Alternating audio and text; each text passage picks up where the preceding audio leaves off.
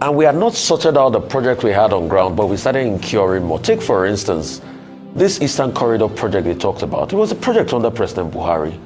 In fact, it was launched in 2021. And what happened to the project? Only one phase was completed. And now, the threshold then was about 3 billion. Today, we are still collecting about 3 billion.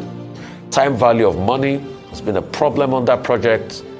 And the hitherto loans that we collected and the funding patterns we use for that project, we are shifting those funding patterns, trying to get other loans for that project.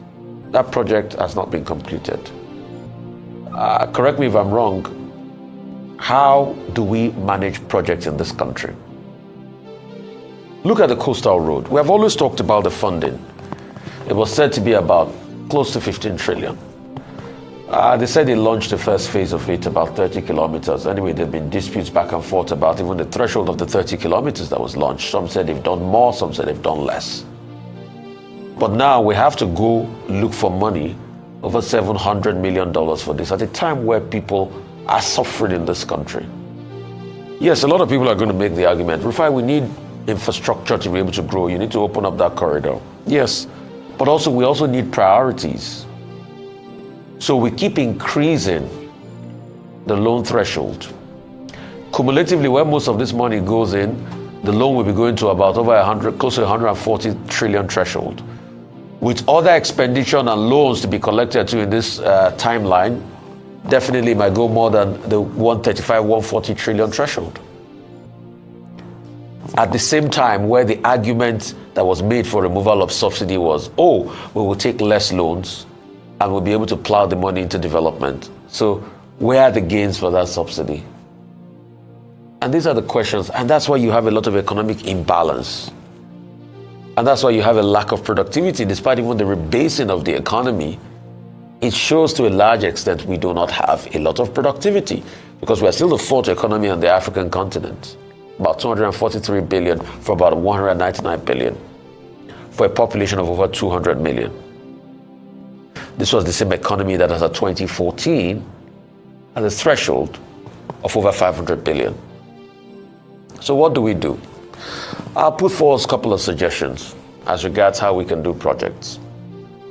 The need for partnerships. But how will those partnerships work? We've seen some of them work in this tax credit scheme. To revitalize the rail line, the need for partnerships.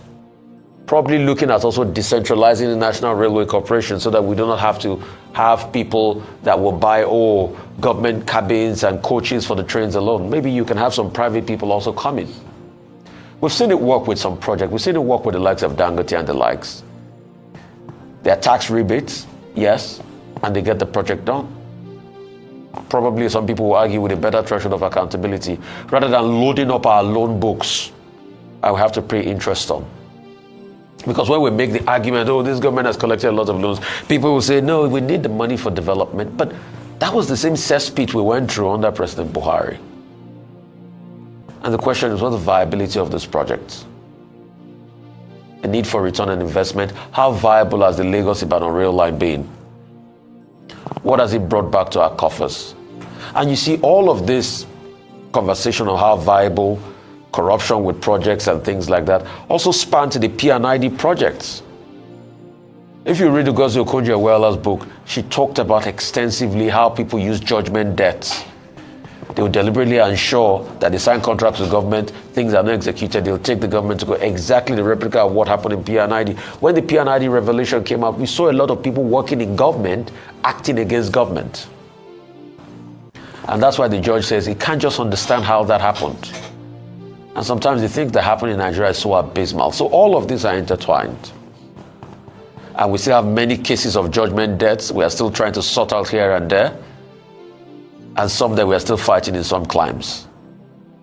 So we need to have a renewed approach to be able to fund our project, and we need to prioritize. Is this the time for those heavy liftings like the coastal road, impacting our loan profile? Should we really be doing this at this point in time? There are basics that people need that are not being met. Yeah, we're building large roads, but over 80% of the hospitals, primary healthcare centers are not in great shape in this country. And we are building roads, but primary healthcare center is not in great shape. educational system not in great shape? Isn't it time for us to introspect? Let's have a conversation this morning.